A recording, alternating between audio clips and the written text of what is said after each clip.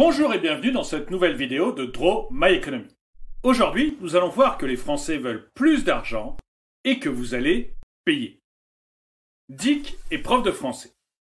Pour lui, le monde se sépare en deux catégories. Les riches et les pauvres. Les pauvres sont bons, les riches sont méchants. Les bons dorment mieux, mais les méchants profitent beaucoup plus de leurs heures de veille. Depuis quelques mois, Dick regarde mes vidéos et il commence à s'inquiéter de la dette française. Il trouve que tout cet argent dépensé pour empêcher les gens de travailler, c'est peut-être beaucoup. Et il n'est pas le seul dans ce cas. Selon un sondage Opinionway Square pour les Échos, 72% des Français pensent que la dette est dangereuse. Et ils sont même 31% à se dire très inquiets. Mais en même temps, Dick, à chaque fois qu'il regarde un média mainstream, il voit les dangers du coronavirus. Il voit tous ces malades, toutes ces personnes aux urgences, toutes ces personnes en réanimation et tous ces morts. Et il se dit que, effectivement, il faut continuer à fermer. Et il est pris dans une contradiction entre le fait de penser qu'il faut continuer à fermer et à bloquer l'économie, et en même temps de se dire que ce blocage de l'économie est un véritable problème. Du coup, il veut que l'État continue à emprunter et à aller sur le chemin du « quoi qu'il en coûte ». Et là aussi, une majorité de Français, 60%, pensent comme lui. En fait, il n'y a que 36% des Français qui jugent prioritaire la maîtrise des dépenses publiques. La France reste un pays de cigales.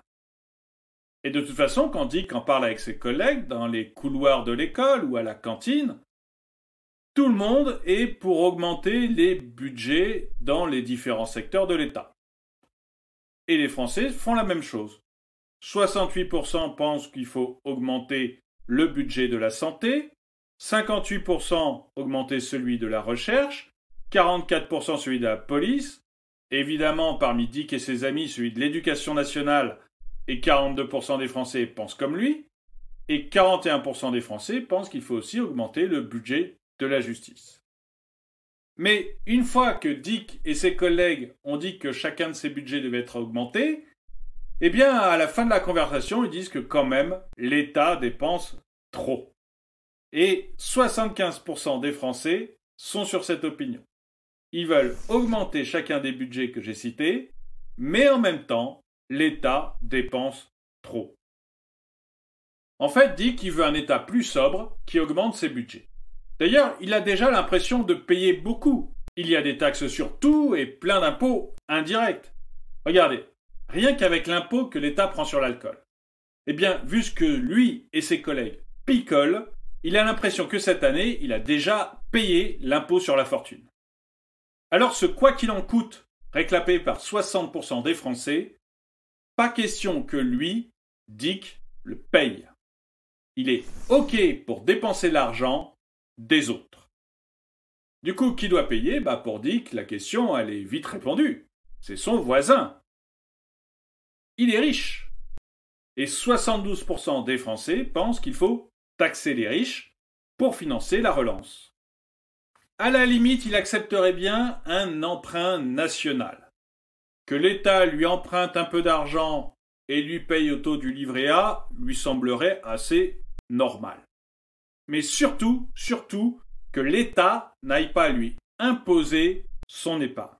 Là, la très grande majorité des Français est contre un impôt exceptionnel sur l'épargne.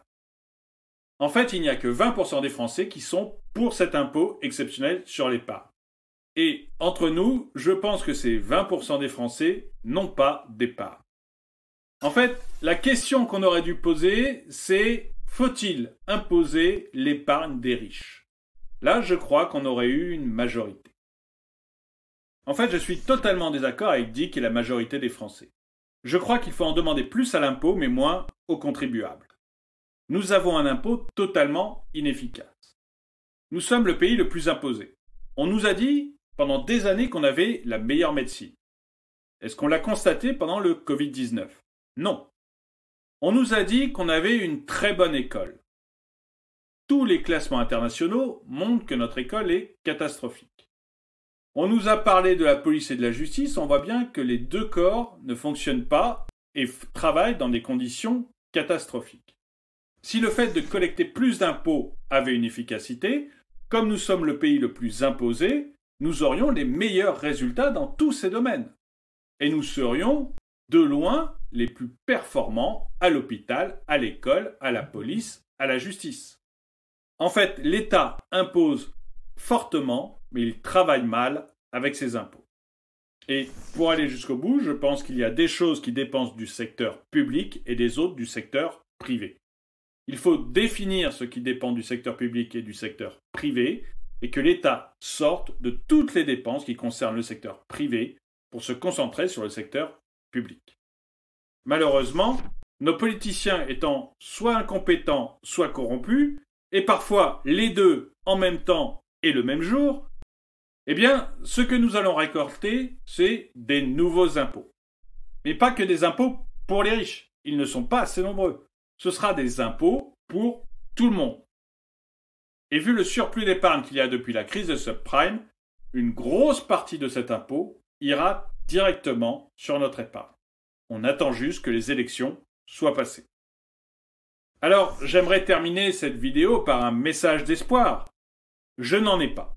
En échange, je peux vous donner 2 messages de désespoir, si vous voulez. Mais vous, qu'est-ce que vous en pensez?